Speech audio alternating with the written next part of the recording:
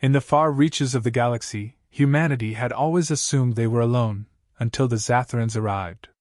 The day they descended on Earth was one that people would never forget. Their ships were vast, metallic beasts, blotting out the sky, and their soldiers, tall, thin creatures with pale skin and eyes that gleamed like polished stones, showed no mercy. They moved through the human colonies like a wave, capturing everything in their path. Resistance was futile. Their technology was far superior, their motives unclear, but it soon became evident that humans were nothing more than another species to be dominated. Among the captured was Leo, a 6-year-old boy with wide, curious eyes that now reflected fear. He had been taken along with a group of survivors, shoved into cold, sterile holding cells aboard the Zatharan's flagship. To the aliens, he was just another piece of cargo, a weak and insignificant human child. The Zatharans weren't just conquerors, though. They were collectors. On their ship, they kept a creature, a massive beast the size of a small building, hidden deep within the bowels of the ship. This creature was their pet, their symbol of terror, a living weapon that devoured whatever the Zatharans tossed its way. It didn't discriminate, human, animal, alien, everything was food to it. When the Zatharan commanders grew tired of their latest batch of human prisoners, a decision was made. The child, Leo, would be fed to the creature. He was small, weak, and wouldn't last long. Perfect for the spectacle. The Zatharans enjoyed fear, and nothing brought more of it than the slow, agonizing demise of a living being within the jaws of their pet. The atmosphere was thick with tension as the Zatharans prepared the ritual. The humans in the cell with Leo watched in horror as the soldiers dragged the boy away. Some screamed, others wept, but none could help him. Leo, too young to fully understand what was happening, walked in silence, his small frame dwarfed by the towering soldiers that flanked him on either side. The hallways of the Zatharan ship were sleek and metallic, the walls humming with the faint vibrations of alien machinery. The ship was alive in a way, pulsing with a cold, artificial heartbeat. As they approached the chamber where the creature was held, the air seemed to grow heavier, as though the ship itself knew what was about to take place. Leo was brought into a large, circular room. At its center was a pit, and inside the pit, chained to the floor, was the creature. It was a horrifying sight, massive, with reptilian scales that glistened under the dim lights, eyes that burned with an unnatural hunger, and a maw filled with rows of jagged teeth that could tear through flesh and bone in seconds. The creature was restless, tugging at its chains, eager for its next meal. The Zatharans stood in a circle around the pit, their faces expressionless as they watched the ritual unfold. The leader of the group, a tall figure with silver skin and piercing blue eyes, gave the signal. The chains restraining the creature were loosened slightly, just enough to allow it to move closer to its prey. Leo was shoved forward, his small body stumbling as he was forced to the edge of the pit. The creature let out a low growl, its nostrils flaring as it caught the scent of the boy. It began to move, its enormous body shifting with a fluid, predatory grace. The Zatharans watched in silence, waiting for the inevitable. But something happened that no one expected. As the creature loomed over Leo, its jaws open wide, the boy did something no human had ever done before. He spoke. His voice was soft, trembling at first, but as he continued, it grew stronger. He wasn't speaking English. The words that came from his mouth were foreign, ancient, and carried with them a weight that was almost palpable. The creature, just seconds away from devouring the child, froze. The Zatharans blinked, momentarily confused. This had never happened before. The creature, which had slaughtered hundreds of beings without hesitation, now stood still, its eyes locked on Leo. Leo continued to speak, his words flowing like a song. The creature began to lower its head, its massive body crouching before the boy as if it were submitting to him. The Zatharans watched in stunned silence, unable to comprehend what was happening. Their prized weapon, their symbol of terror, was bowing to a human child. The chamber was filled with a deafening silence. The creature, which had been a mindless killing machine, was now still, its eyes fixed on Leo with something that almost resembled reverence. The boy reached out, his small hand trembling, and placed it on the creature's snout. The beast let out a low, rumbling sound, not of hunger, but of contentment. For the first time in their history, the Zatharans were afraid. The creature, a beast that had never spared a single soul, now stood motionless in front of Leo. The Zatharans couldn't believe their eyes. It was as if the unthinkable had happened. Their terrifying pet had been tamed by the weakest and most insignificant of beings, a human child. The silence in the chamber was suffocating. The Zatharan leaders, unsure of what they had just witnessed, exchanged uneasy glances.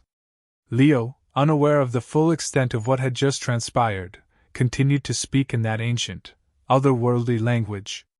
It wasn't a language he had ever been taught, yet the words flowed from him effortlessly. The beast responded, not with aggression, but with a calmness that seemed completely unnatural for such a creature. It knelt before the boy, its massive body still and obedient. The Zatharans were at a loss. Their creature had never shown anything but unrelenting brutality, and now it appeared to be under the control of a child. The soldiers in the room tightened their grips on their weapons, unsure of how to react. This was no longer a simple execution, and something far more profound was unfolding in front of them. Leo looked up at the towering beast, his fear beginning to fade, replaced by an innate sense of connection. The words he spoke were not random. They were part of something deeper, something tied to the creature itself.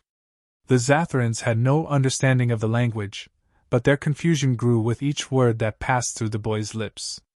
They had believed they were the masters of all they conquered, but this was something beyond their comprehension. What they didn't know, what no one on that ship knew, was that Leo was far from an ordinary human. His existence was tied to a long-lost piece of cosmic history, one that even the Zatharans had forgotten. Leo's presence awakened something ancient within the creature, something that had been dormant for millennia. It wasn't just a beast, it was a guardian of an ancient civilization, a civilization that had once ruled over countless worlds with wisdom and peace, before the Zatharans had twisted its purpose into a symbol of terror. As the creature bowed before Leo, memories flooded into the boy's mind. Images of a distant time, of worlds bathed in light, of a peaceful galaxy, and of a race that had created beings like the creature to protect and preserve life. These memories were not his own, but they felt familiar, as though he had known them all along. The Zatharans, realizing that the situation had spiraled beyond their control, began to argue among themselves. Some of the commanders insisted that Leo be eliminated immediately, that whatever power he possessed was a threat to their empire. Others hesitated, believing that the child might hold the key to controlling the creature in ways they never thought possible. The debate grew heated, but none dared approach the boy or the beast. Leo, now fully aware that the creature was no longer a threat to him, began to understand the gravity of his situation. He wasn't just a frightened child anymore, he was the one in control. The creature, once a mindless tool of destruction, now awaited his command. The Zatharans, who had seemed so powerful moments ago, were uncertain, unsure of how to proceed. But Leo didn't know what he wanted from them. He hadn't asked for this power, hadn't asked for this connection to a world he couldn't remember. All he knew was that something deep within him had stirred the moment he faced the creature, and now, everything had changed. The Zatharan leaders, still divided, called for a council. They couldn't risk a rash decision in front of their soldiers, especially not after what they had just witnessed. The creature's obedience to Leo was a clear sign that something beyond their understanding was at play. The commander who had ordered the child's sacrifice stepped forward, his face unreadable, but his tone revealing his concern. He couldn't let this child disrupt the order of their empire. If Leo truly had control over the creature, it could tip the balance of power in ways that the Zatharans couldn't predict. Leo remained still, unsure of what to do next. The creature, sensing his hesitation, nudged him gently, as though urging him to act. But what could a child do in the face of an entire alien empire? The Zatharans had taken everything from him, his home, his family, his world. And yet here he was, the key to their undoing standing right beside him. The boy's mind raced.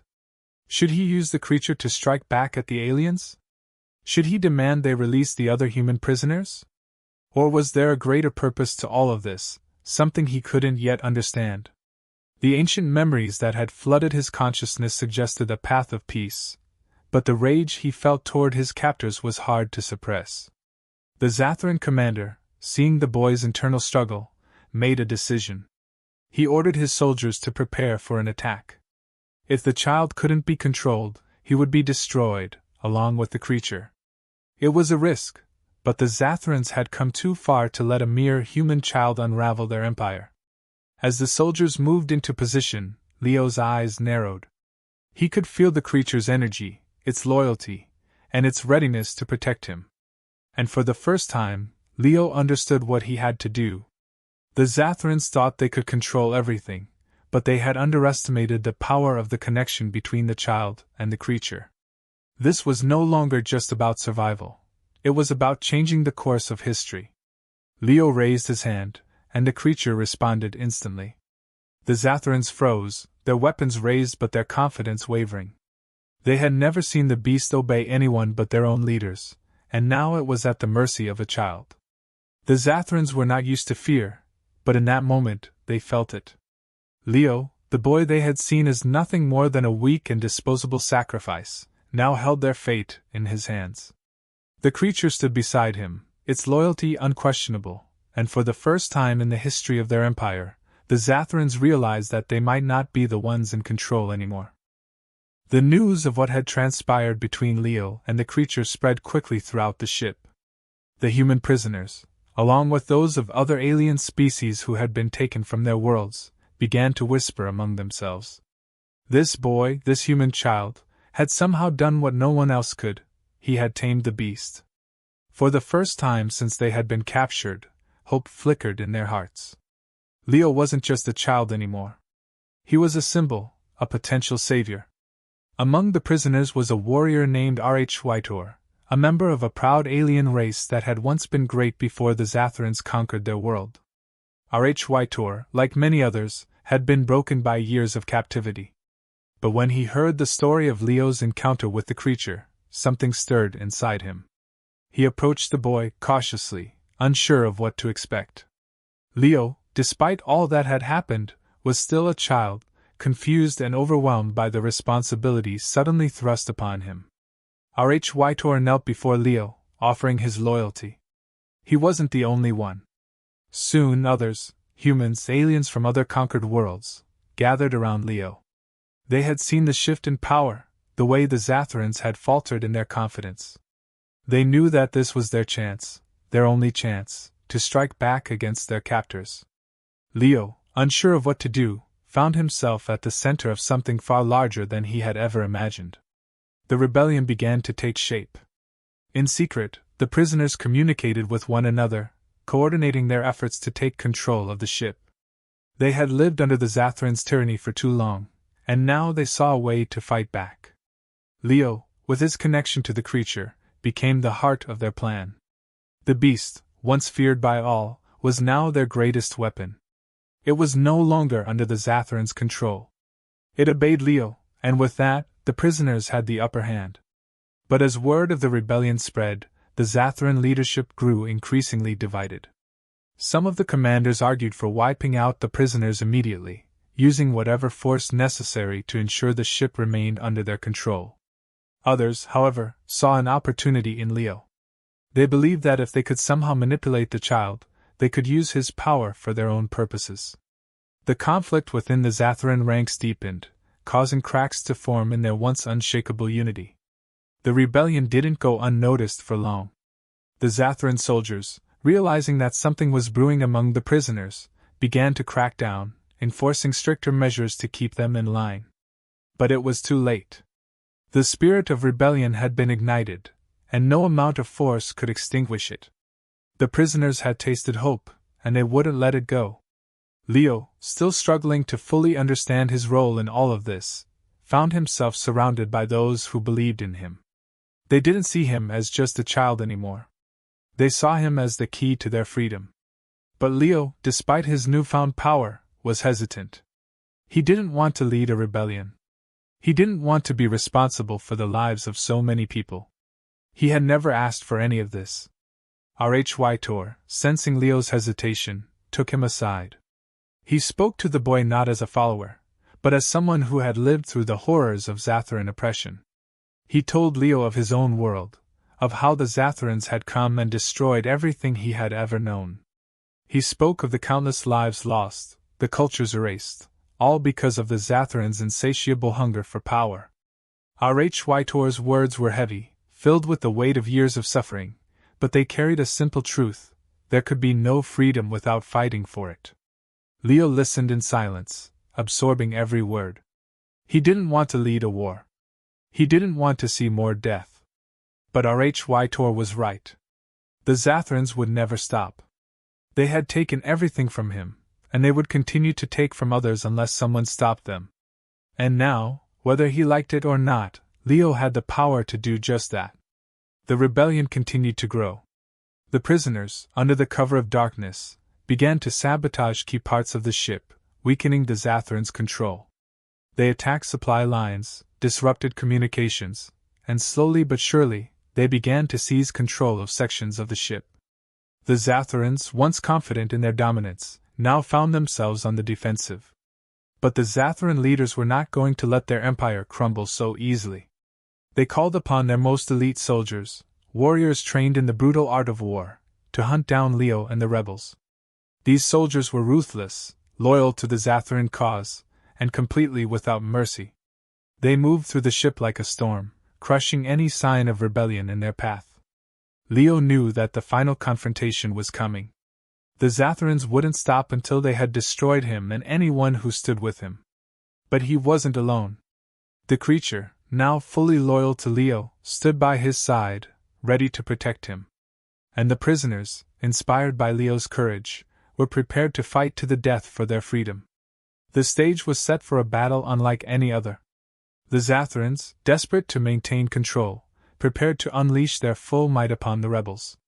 But Leo, with the creature at his side and the support of those he had inspired, was ready.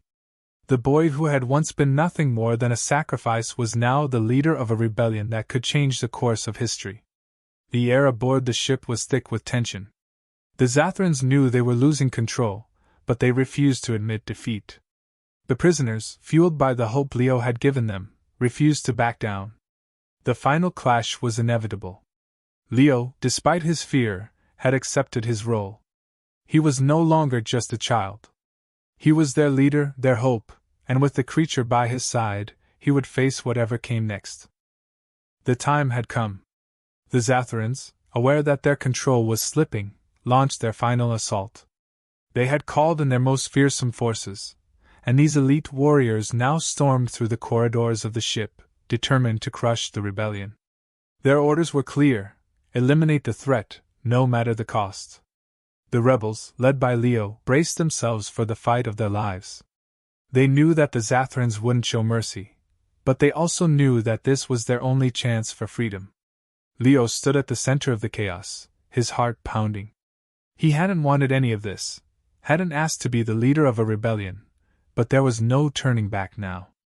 The creature, his only constant in this strange, terrifying journey, stood beside him, ready to protect him at all costs. The Zatharan soldiers moved swiftly, cutting down rebels as they advanced, but the prisoners fought back with everything they had. This wasn't just about survival anymore, it was about justice, about reclaiming what had been stolen from them. The creature, once the Zatharan's most feared weapon, now tore through the enemy ranks, no longer bound by the chains of its former masters. It was a force of nature, unstoppable and loyal only to Leo. The Zatharans, who had once believed they held absolute power over the creature, were now helpless against it. Panic spread among their ranks as they realized that the very thing they had used to instill fear was now turning against them. Amid the chaos, Leo felt a strange sense of clarity. The fear that had gripped him for so long began to fade, replaced by something else: determination. He could feel the connection to the creature deepening, their bonds stronger than ever. It wasn't just the beast's strength that he controlled, it was its very essence, its purpose. The creature wasn't born to destroy, it had been created to protect. And now, under Leo's command, it would fulfill that purpose. The elite Zatharan soldiers, ruthless as they were, couldn't withstand the combined force of the creature and the rebels. For every prisoner that fell, 10 more rose to take their place, driven by the hope that Leo had ignited. The Zatharans had underestimated the power of unity, of what people could achieve when they had something to believe in. Leo, though still a child, had become more than a symbol.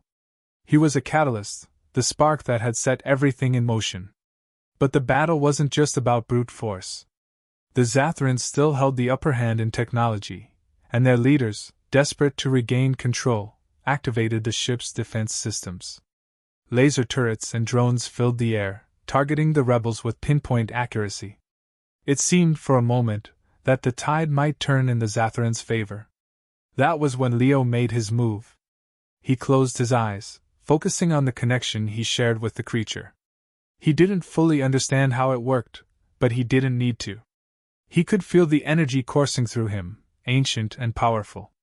The creature responded to his thoughts, its eyes glowing with a fierce light.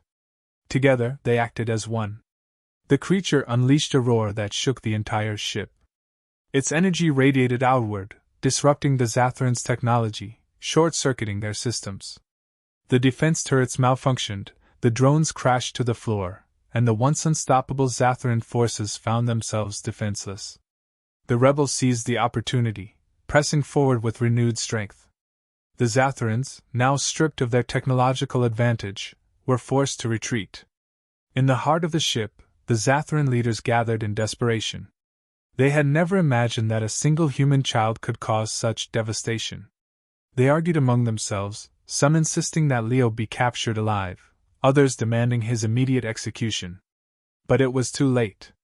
The balance of power had shifted, and the Zatharans were no longer in control. Leo, accompanied by the creature and a small group of rebels, made his way to the central command of the ship.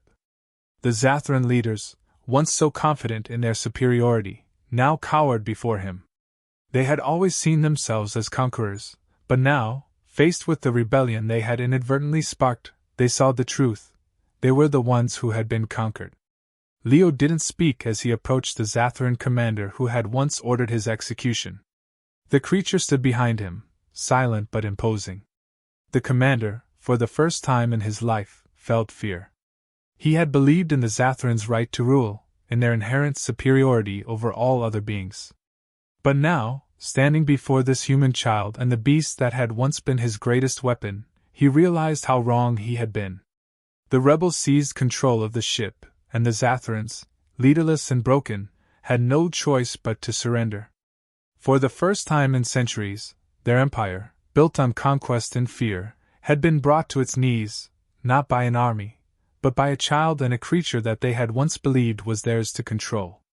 In the days that followed, the ship became a symbol of hope for all those who had been oppressed by the Zatharans. Leo, though still young, was hailed as a hero, not just by the humans, but by all the species who had been liberated. The creature, once feared as a tool of destruction, was now seen as a guardian, a protector of the innocent. But Leo didn't feel like a hero. He had done what needed to be done, not because he wanted to, but because there was no other choice. He looked out at the vastness of space, knowing that there was still so much he didn't understand. The Zatharans had fallen, but their empire stretched far beyond this single ship. There were still worlds under their control, still people living in fear. And yet, Leo felt a strange sense of peace. He knew that, with the creature by his side, he wasn't alone. Together, they had faced impossible odds and emerged victorious. And together, they would continue to fight for those who couldn't fight for themselves. As the ship sailed through the stars, now under the control of the liberated prisoners, Leo couldn't help but wonder what lay ahead. The galaxy was vast, and the Zatharans were only one of many threats. But for now, at least, there was hope. And sometimes, hope was all you needed to change the course of history.